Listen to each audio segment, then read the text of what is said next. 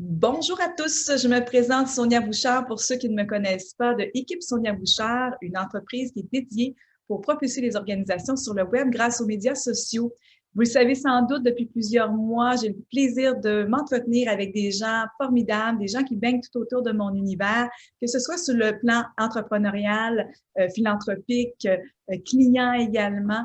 Alors, j'ai grand plaisir aujourd'hui de vous présenter une personne que j'admire vraiment beaucoup, une cliente et aussi une entrepreneure et chiropraticienne, Madame Dominique Dufour. Bonjour Dominique. Oui, bonjour Sonia. Salut, merci d'avoir accepté mon invitation. C'est moi qui te remercie de me permettre de m'exprimer à travers ta communauté. C'est gentil. Bien, et vice-versa, en fait, hein, toi, quand tu vas partager sur tes réseaux sociaux, bien, j'aurai accès également à ton réseau. C'est un peu le but, hein, c'est de marketing mix, c'est de partager dans différents réseaux. Alors, j'aimerais qu'on puisse mieux connaître un petit peu le côté entrepreneurial, d'où il est arrivé justement le fait que tu sois chiro, etc. Alors, parle-nous de toi un petit peu, s'il vous plaît. Ben écoute, ça m'amène je dirais, à te faire et à demain à ceux qui nous écoutent, à vous faire une confidence. Je vais retourner quand même assez loin. Je vais vous conter une histoire presque. Oui, ben oui. Alors écoute, je repars quand j'étais adolescente. Okay. Je dois vous avouer que j'avais des grosses douleurs menstruelles. Je suis sûre que tu t'attendais pas à ça ce matin. Mais Non, ce qui fait que, donc ça, c'était une partie de ma vie. Et le hasard a fait que ma mère, elle, se faisait traiter par un chiropraticien pour des maux de tête. Mais je dois avouer que j'avais absolument aucune idée de ce que faisait un chiropraticien dans Puis la on vie. parlait de quel âge à ce moment-là? Quel âge avais-tu? Écoute, j'étais au cégep, donc j'avais 16 ans. OK, OK. Oui, j'avais 16 ans. Excuse-moi, 17 parce que je m'en allais vers mes 17 ans. Et donc, elle me dit, écoute, mon chiropraticien, je cherche une assistante le soir pour répondre au téléphone. Donc, elle dit, j'ai parlé de toi, donc je m'en vais appliquer, j'ai le poste, alors mon premier poste en carrière. Oui. Et comme j'avais des douleurs menstruelles et j'étais très irrégulière, je passais de 21 jours à 42 jours, ça n'avait aucun bon sens. Je me suis même manqué du travail de temps en temps. Alors, comme tout bon patron, le chiropraticien m'a demandé pourquoi je manquais du travail. Alors, je lui explique, puis il dit, écoute, il dit, il y a plusieurs femmes que j'ai traitées et pour lesquelles j'ai eu des résultats, des femmes qui avaient des douleurs menstruelles. Je ne Et savais pour pas lesquelles qu'un chiro pouvait régler ça. alors, il me dit, écoute, si tu as je vais te faire un examen, puis si je vois que tu as un problème au niveau de ta colonne vertébrale, mais écoute, il dit, on fera un essai, puis on verra si dans ton cas, ça a des succès. Écoute, ça a eu assez de succès qu'au bout du 3e mois de mes traitements, 50% de mes problèmes étaient réglés. Wow. Et ce que je dois dire aussi, c'est que moi, dans ma tête d'adolescente, je ne comprenais pas pourquoi moi j'étais malade, puis que mes amies de filles, il n'y en avait pas une qui avait ces problèmes-là. Je me disais, voyons, il y a quelque chose avec moi qui ne va pas. Fait que moi, je m'étais dit, parce qu'en médecine, tout ce qui m'offrait, c'était de la médication. Je me disais, voyons, ça ne réglait pas mon problème. Je ne comprenais toujours pas pourquoi j'avais ça. Donc, je m'étais dit, je vais faire ma médecine, je vais faire ma gynécologie, puis je vais faire de la recherche. Moi, je m'étais fait mon plan de match, là, c'est vers là que je m'en allais. Donc, j'étudiais en sciences santé à l'époque. Et je dois te dire que pour moi, c'était une révélation. J'avais trouvé ma réponse. Je m'étais dit, le problème, que dans mon cas, c'est un problème au niveau du système nerveux, de la colonne vertébrale. Donc, j'ai jamais appliqué en médecine, j'ai appliqué en chiropratique. Pour ça, des fois, je me dis, en tant qu'entrepreneur aussi, je fais le lien avec ta question. Des fois, on se dit, c'est là que je veux aller, comme moi, je voulais aller jusqu'en recherche pour trouver la solution. Finalement, la vie, elle nous amène en disant, oui, mon objectif, finalement, c'est de trouver la réponse à ce type de douleur-là, mais la vie m'a amené à un autre chemin qui a amené ma réponse. Donc, des fois, on veut pas nécessairement s'entêter, aller dans une direction d'écouter les signes que la vie nous donne. Alors, c'est comme ça que je suis devenue chiropraticienne. Écoute, ça fait 40 ans cette année. Ah, mon Dieu, Au mois d'août, c'est 40 ans de graduation, puis en les février. calculs ne marchent pas, là. Non, Non, t'as l'air plus jeune. je vais avoir la couche aux fesses, faut croire. C'est ça. Mais non, c'est parce que tu as dit 16, 17, c'est pas ça au calcul. Mais... 40, oui, c'est ça. Il y a quand même un certain. Mais c'est ça, les chiffres sont là, les preuves sont sur le cadre derrière moi. Est-ce qu'il y en avait dans ce temps-là, des chiro femmes en particulier? Il y a 40... on était seulement que 15% de femmes. Quand je suis partie étudier là-bas, puis je suis partie étudier aux États-Unis en plus. Donc, c'était toute une décision finalement, là, même. Parce que moi, je suis du Lac-Saint-Jean, donc pour mes parents de laisser la jeune fille partir aussi loin, mais pour moi, c'était vraiment, il n'y avait pas d'autre alternative que ça. Et je n'ai jamais regretté. Je suis encore toujours aussi pleine de projets. Tellement. Je te vois aller, puis c'est ce qu'on disait tout à l'heure avant de débuter, à quel point parce qu'en fait, ça fait 2 ou 3 ans qu'on collabore ensemble, puis de voir ton évolution, on t'a lancé des projets, puis tu dis, oh, let's go, j'embarque, et maintenant, tu es rendu là, une mèche. On ne se cachera pas, mais non, tu es vraiment très, très bonne. Bravo de justement de sortir de ta zone de confort, etc. Si on revient à l'entrepreneur, donc quand tu as terminé comme chiro, est-ce que tu t'es lancé comme entrepreneur à ce moment-là ou tu as travaillé?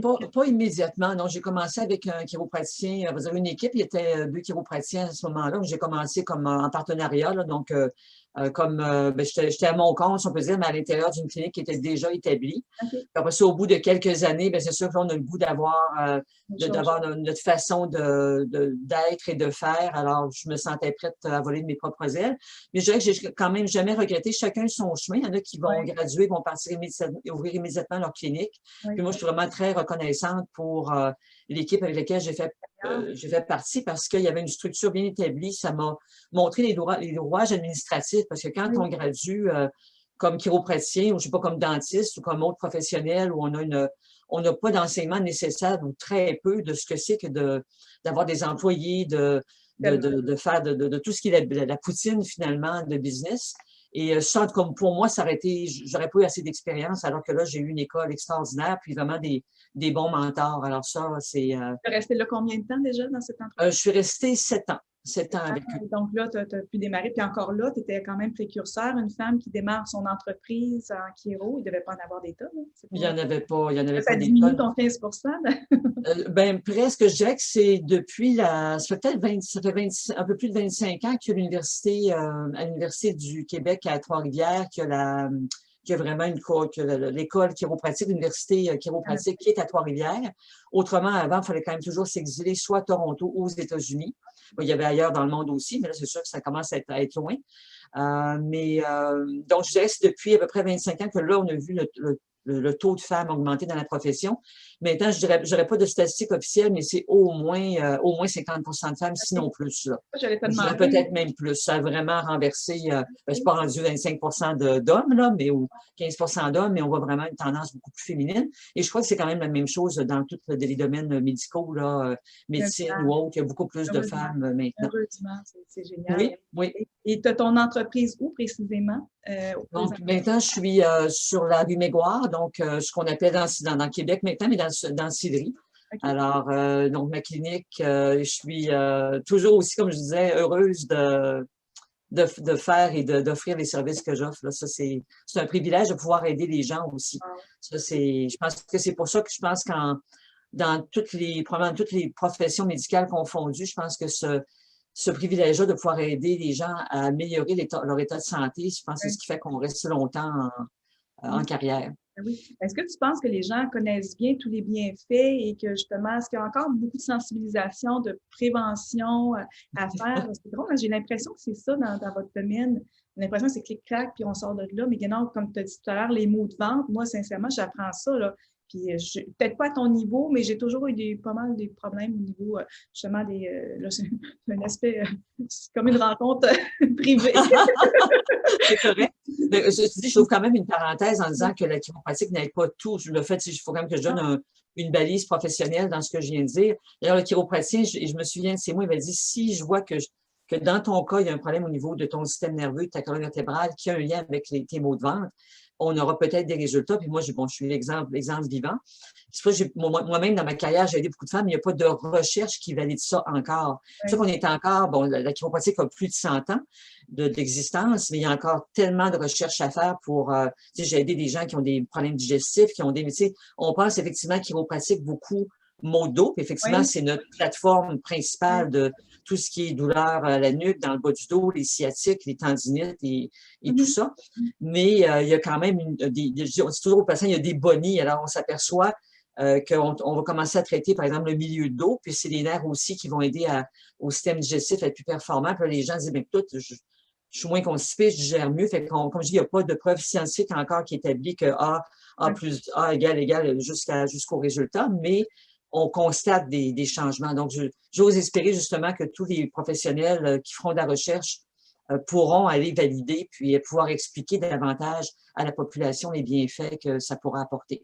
Mais effectivement, il y a beaucoup d'éducation à faire. Puis là, tu touches une corde sensible dans mes intentions. C'est ça, mais parce qu'effectivement, tu es auteur aussi, je me rappelle bien. Hein, donc, ça fait partie de la partie éducative et tu voulais informer les gens, tout ça. Donc, dis-moi aussi, tu as des projets présents là, qui sont très intéressants. Donc, parlons de l'auteur et ensuite de tes projets qui s'en viennent. J'ai écrit un livre donc, qui a été édité en 2017 aux éditions Québec Livre, donc qui s'appelle Mieux vivre avec l'arthrose. Donc, ça, c'est une de mes, ce qu'on pourrait dire, de mes spécialités, ou en fait quelque chose que j'ai développé au fil du temps parce qu'on rencontre beaucoup de gens qui souffrent d'arthrose dans nos cliniques, qui viennent nous voir, ils ont des maux de dos, on regarde sur les radiographies, l'arthrose est là.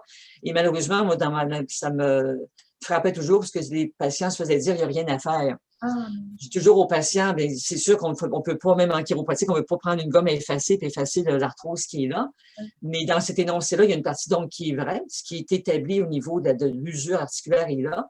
Mais moi, ce qui me chicotait, c'était, je me disais, oui, il y a quelque chose à faire dans le sens qu'il faut aider les gens, bon, déjà à aller améliorer la mobilité, le blocage qu'il peut y avoir au niveau de l'articulation pour arrêter le processus, ou du moins ralentir le processus dégénératif, mais enseigner aux gens de bouger, de mieux s'alimenter, tout ça. Oui, il y a quelque chose à faire pour aider. Alors, c'est pour ça que j'ai écrit ce livre-là, Mieux vivre avec l'arthrose, qui explique justement comment la chiropratique aide les problèmes des patients qui sont aux prises avec des problèmes arthritiques et une approche globale. Donc, qu'est-ce qui est mieux de manger, les exercices à faire. Donc, pour moi, ça fait partie de mes valeurs d'enseigner aux gens, pas juste de traiter le bobo, j'appelle ça le haut de l'iceberg, on enlève la douleur.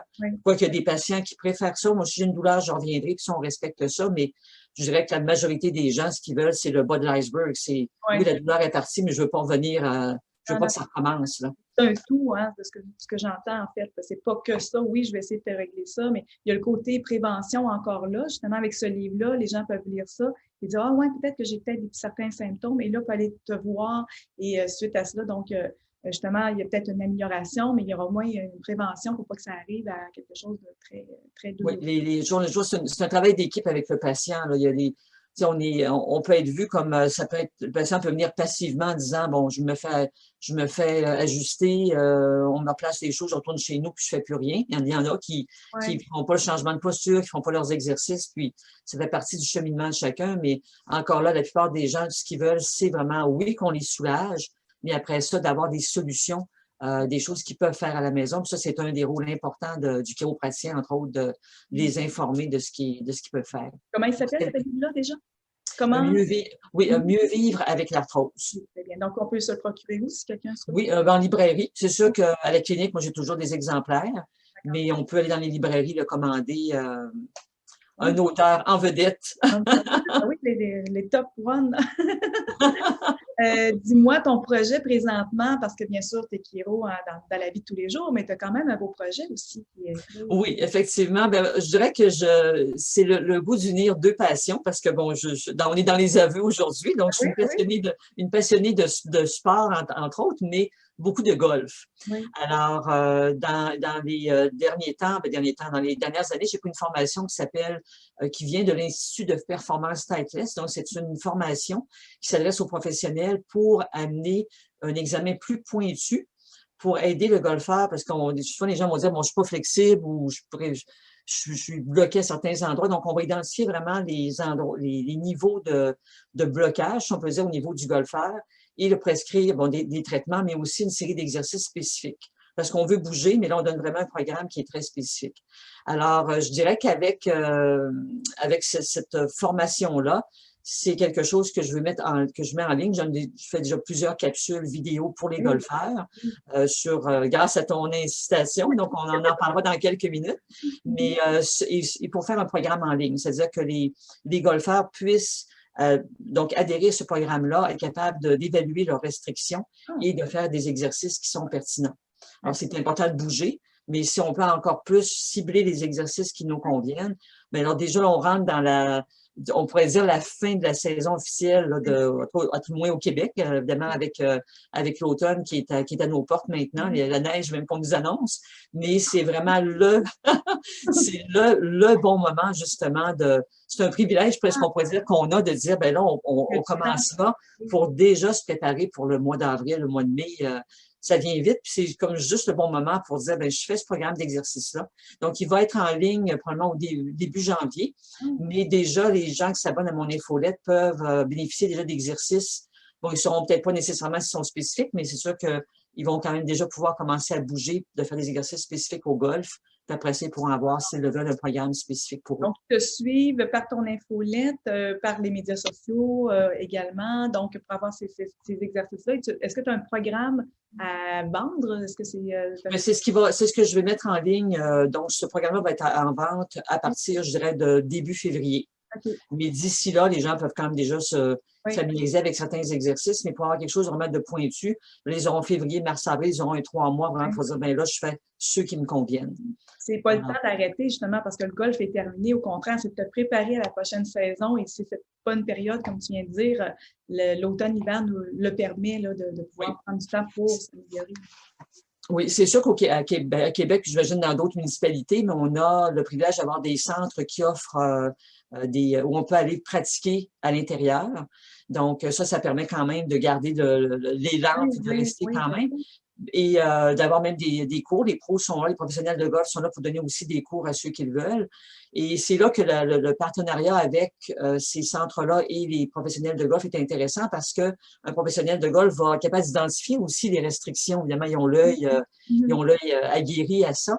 Mais en même temps, s'ils voient que la personne a le cou bloqué ou l'épaule qui ne bouge pas assez bien, ils vont être capables d'aider à faire un élan de golf qui va être quand même correct. Voilà, et si on unit les deux forces, mais c'est extraordinaire parce que là, on aide la personne. Je prends l'exemple du cou puis de l'épaule.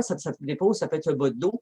Mais là, si on amène la personne à mieux bouger, ben là, l'élan de golf, écoute, ça devient extraordinaire là, pour avoir des meilleures performances. Jouer dans le plaisir surtout. Là. Bien sûr. Puis, dis-moi, par exemple, une association de golf ou, je ne sais pas, des propriétaires de terrains de golf pourraient peut-être organiser quelque chose pour leurs membres en communiquant avec toi, peut-être un webinaire privé ou quoi que ce soit, ce serait peut-être intéressant. Tout à fait. Alors, les propriétaires de terrains de golf qui ont peut-être déjà eux-mêmes une infolette ou qui ont un contact avec leurs membres durant l'hiver ou durant l'été aussi. Mais les professionnels de golf, ceux qui enseignent le golf aussi, souvent, ils ont leur école à eux avec pas leurs membres, mais leurs étudiants. Alors, donc, eux peuvent vraiment aider encore plus leurs étudiants à régler certains problèmes, ce qui fait que là, ça devient une synergie. Oui, là, mais de valeur ajoutée à offrir à leurs membres étudiants. Tout à fait. Oui. D'ailleurs, au printemps, j'ai fait avec un professionnel de golf, Christian Turbide de Québec, j'ai fait un webinaire ça comme préparait des gens, on était fin mai, puis avec la COVID, les terrains n'étaient pas encore ouverts. Donc, juste avant le début l'ouverture des terrains de golf, qui était plus tardivement, on a donné déjà des petits des cues à ces golfeurs, puis les gens ont vraiment apprécié. Donc, c'est quelque chose qu'on peut faire avec d'autres professionnels définitivement. On invite les propriétaires de golf à communiquer avec toi. Oui. Autre chose aussi, permets-moi un petit aparté, puisque tu es notre cliente. Les médias sociaux, de ton côté, est-ce que ça a changé quelque chose? Si on regarde dans les débuts auxquels tu n'étais pas active du tout, est-ce que pour toi, tu as vu une amélioration de visibilité, notoriété, par exemple, avec les médias sociaux? Écoute, Sonia, je dirais que tu as changé ma vie. Oh, c'est quand même, n'exagérons pas.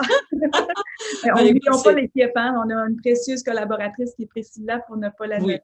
Tout à fait. Vraiment. Puis, donc, vas-y, je te laisse continuer. Dans ton équipe, effectivement, tu as des personnes. Moi, j'ai le plaisir de travailler avec Priscilla. Effectivement, je la remercie grandement. Là, elle saura sûrement nous écouter. Mais je dirais, quand je dis ça, c'est que si tu te souviens quand même, il y a 3 ans, là, mais je dois avouer que moi, je n'étais pas très Facebook au départ. Les réseaux sociaux, c'est pas juste Facebook, là, mais je n'étais pas LinkedIn, je n'étais rien. Là, réseaux sociaux, je n'étais même pas le 101, moi, j'étais 001. Là. Alors, c'était déjà d'apprivoiser. Puis ça, si j'ai fait affaire avec toi déjà au départ, c'est que je me disais, bon, je vais prendre quelqu'un parce que moi, je ne voyais pas vraiment comment le faire. Donc, tu m'as vraiment pris par la main. Oui. Et pour déjà dire, bon, fais des pauses, fais ci, fais ça. Et ça nous apprend aussi à nous connaître. Tu nous as appris, comme moi, dans mon cas, tu m'as appris à encore plus identifier qu'est-ce que j'aime pas, qu'est-ce qu'est-ce que je veux faire, comment on veut orienter, parce qu'on voit toutes sortes de choses, puis il y en a pour tous les goûts. Et tu me disais surtout, Dominique fait des vidéos, Dominique fait des vidéos. Je Ah, peux le répéter 100 fois, parce que tu me l'as désolée pour répété. nos clients. On Tu est me l'as répété au moins 100 fois. Puis je oui. disais oui, oui, oui, oui, oui, oui. Puis pourtant, tu sais, j'ai fait beaucoup de télévision. J'ai été 7 ans à Télémag avec une émission même d'une demi-heure à chaque semaine. Donc, c'était pas que d'être devant une télévision, une caméra, j'étais si gênée que ça. Mais pour moi, c'était comme, je voyais ça, c'était comme d'être devant un cellulaire où il y avait vraiment il y avait une barrière quand même à franchir. Donc, à un moment donné, j'ai franchi le pas. Puis là, j'ai pris une équipe professionnelle pour faire des capsules bien cannées, là, où on est Oui. Ah non, bien tu as fait des coiffé, vidéos tout ça. extraordinaires avec ton fils, entre autres. Oui, c'est mon fils qui est son expertise, donc en cinéma, et ça a été effectivement, il m'a fait un bijou de capsule. Vraiment. Alors ça, c'était la première étape. Et là, la COVID est arrivée. Donc, c'est ça le show des étapes. Mais là, donc, j'ai apprivoisé. Donc, vous m'avez aidé à avoir une régularité aussi. Ça, c'était apprivoiser la régularité sur les médias sociaux. Et là, la COVID est arrivée. Puis pour moi, ça a été, on parlait je dirais, c'était un choc des valeurs parce qu'avec la COVID, on ne pouvait pas être en contact. On était fermés, nous, de fin mars jusqu'au début juin. OK, OK.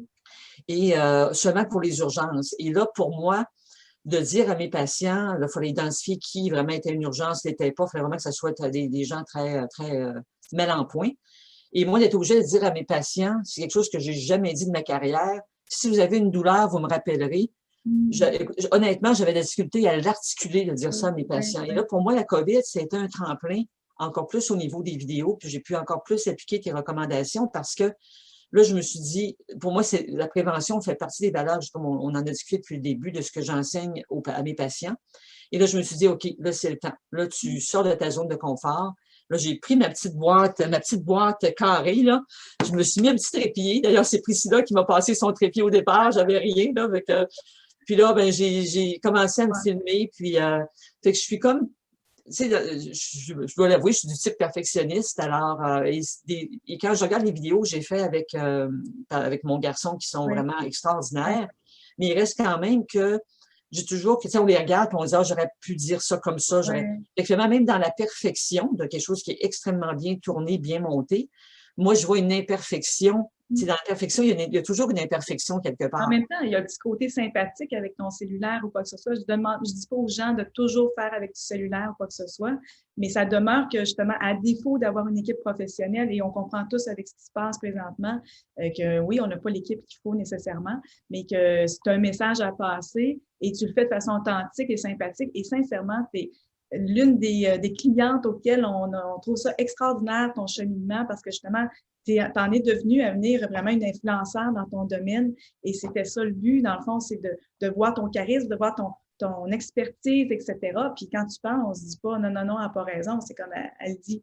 Et c'est par les médias sociaux, c'est un beau véhicule qui n'est pas si coûteux quand même à faire, etc. Donc, c'est une belle visibilité et ça demeure, des contenus intemporels aussi, contenus qui sont toujours pertinents lorsque les gens ont des besoins. Donc, mais bravo, vraiment, sincèrement, j'en profite publiquement pour te féliciter. Vraiment, tu as fait une amélioration vraiment extraordinaire. Puis je t'en remercie parce que c'est effectivement, il y a le mix entre avoir une équipe professionnelle qui nous filme puis de faire des choses soi-même, qui nous permet parce que ce que je dis, c'est que c'est l'imperfection. On peut être imparfait dans sa perfection.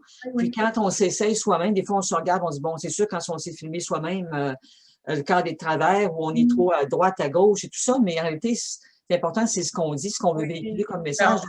Dans notre imperfection, si l'imperfection est parfaite finalement. Alors, l'important, c'est ce qu'on... Comme ce matin, en fait, aujourd'hui, c'est un bel exemple, c'est qu'avant, moi, j'avais une équipe, justement, qui est Génial Production, qui est toujours mon équipe, mais là, ils m'ont vendu, j'en profite pour leur dire un petit coucou et merci, ils m'ont vendu, je l'appelle mon kit ça coche, pour faire des webinaires et des rencontres web comme on le fait là présentement. Donc, lumière, vraiment, tout est parfait, la caméra, le micro et tout ça. Et ça me permet, avec Zoom, dans le fond, d'enregistrer des rencontres. Donc, je n'ai plus à me déplacer chez eux puis faire venir les gens. Mais je peux continuer à faire des entrevues. Et effectivement, on s'ajuste à ce qui se passe, mais le média, effectivement, des médias sociaux et la vidéo, moi, j'en démarre pas que c'est vraiment un super véhicule de communication, là, pas si coûteux, finalement, là. Exactement. Puis, si je reviens encore à ce que tu me demandais de faire équipe avec toi, ce que ça m'a apporté, moi, il faut avoir une équipe derrière nous parce que j'appelle ça, il faut nourrir la bête parce que les réseaux sociaux, c'est une bête. Alors, moi, faut la nourrir. Puis, tu m'avais dit, fais des vidéos, tu avais dit, c'est la constance. Oui, Puis, au oui. départ, ben, j'avais une tête dure, puis j'en faisais un peu. Puis, Oui, ça dans ton horaire, surtout une femme comme toi qui est super débordée, etc. Et c'est ça, tu as la discipline pour le faire et c'est pour ça qu'il faut que tu te félicites pour ça aussi. Vraiment, là, tu le fais bien, puis tu es un excellent exemple à donner à nos Ben, merci.